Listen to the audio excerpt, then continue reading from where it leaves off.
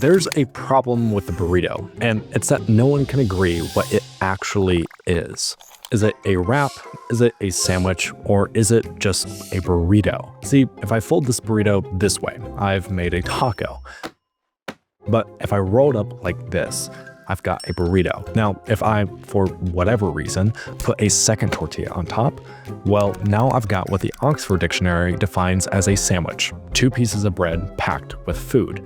Yep, ever since a Massachusetts judge ruled in 2006 that a burrito is not a sandwich in a zoning dispute between Qdoba and Panera, the internet has refused to let it go. Because it's not as simple as saying, this is a burrito, and walking away. There are laws, tax codes, and centuries of history that help define it. So today I want to dive into this culinary mess and ask, where exactly did the burrito come from? Why is its classification so controversial?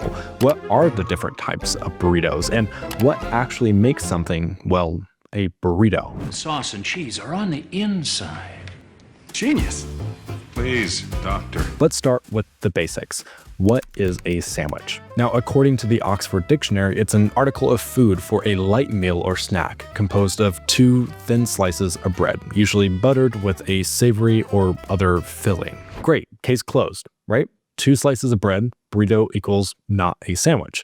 But not so fast. In places like New York and Indiana, the government defines a burrito as a sandwich. And it's all because of one beautiful thing: taxes. In New York, burritos get lumped in with hoagies, gyros, and hot dogs under the hot prepared sandwich category. Not because they're the same food, but because that's how the state enforces sales tax on takeout. It makes it simpler for the tax collectors. However, in Indiana, a judge ruled in 2018 that tacos and burritos do count as sandwiches for the purpose of zoning laws in a shopping mall. But on the federal level, things are just as murky. The USDA doesn't place burritos in any unique category at all. In fact, it simply classifies them as a sandwich-type product. And the same goes for the FDA. They have similar standards for labeling and packaging. And the reason is actually quite simple. It all comes down to the most important part of a burrito, the tortilla. Even though tortillas are flat, round, and look nothing like a loaf of bread, they're made with wheat or corn. And from a regulatory standpoint, they're supposed to be treated like bread. So the government tends to classify burritos based on technical resemblance, not culinary culture. But most people don't eat by regulation. And culturally, a burrito is very much its own thing. I love Caesars, but these are burritos. Oh, you just gotta peek under its little toga. To understand why a burrito isn't just a sandwich, we need to rewind the clock way back, as early as 1500 BCE, where the Maya and Pueblo peoples were wrapping food in corn tortillas. It was an essential delivery system, easily made, carb-rich, and great for mobility. These were more like tacos, though they weren't burritos, at least as far as we know. But if we fast forward to the 16th century, Spanish colonists had just arrived in the Americas, bringing wheat with them, which was huge because in the northern Mexican states of Sonora and Chihuahua, wheat grows better than corn. So over time, local communities began experimenting, replacing corn with wheat, which led them to making flour tortillas. Finally, the world had a larger, softer, and more durable tortilla. And that's the foundation of the burrito: flour plus meat plus portability. But then the 19th century would change everything. A new term appeared in print: burrito, which back then meant little donkey. The little donkey part possibly came from the rolled up beds carried on the backs of donkeys or the food packs vendors would carry while riding. But the historical record isn't totally clear. One legend credits a man named Juan Mendez who sold wrapped tortillas filled with food from the back of his donkey during the Mexican Revolution. And as he reportedly crossed into Texas, the name just stuck. But that's just a legend. What's that?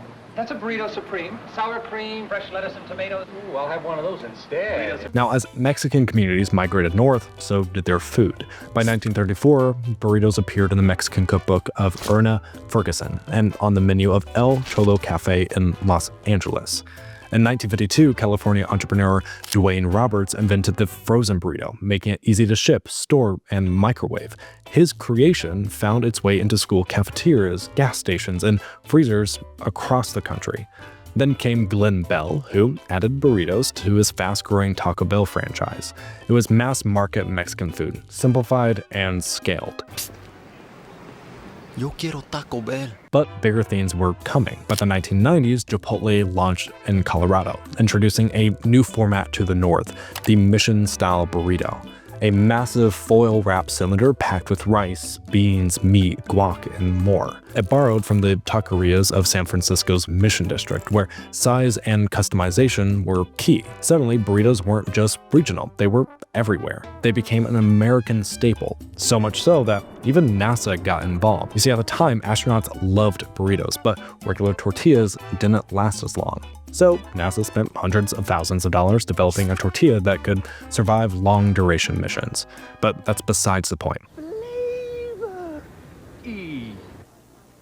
What's he doing? Chipotle dance. As burritos continued to spread across the country, they changed. There's no single definition anymore, but here are the major ones. There's Mexican burritos, which are small, simple, and honestly just a stew in a warm flour tortilla. Then you have LA burritos, which are bigger with beans, cheese, salsa, and meats. California burritos with their carne asada, cheese, guac, and French fries. And so many more. Like legit, we tried counting and gave up because there are so many. But here's the deal. No matter the filling, most people agree on one rule. No tortilla, no burrito. You can put those same ingredients in a bowl, but it's not a burrito. Wrap bacon around it, maybe. Serve it cold and you just have a wrap. The tortilla is the identity. So is a burrito a sandwich? Legally, sometimes. Culturally, no. A burrito is a borderland artifact, a food born of migration, necessity, adaptation, and reinvention. Calling it a sandwich might make sense to a tax collector or a judge, but for the rest of us, it's far more layered. So, what do you think? Is a burrito a sandwich or something else entirely? Let us know in the comments.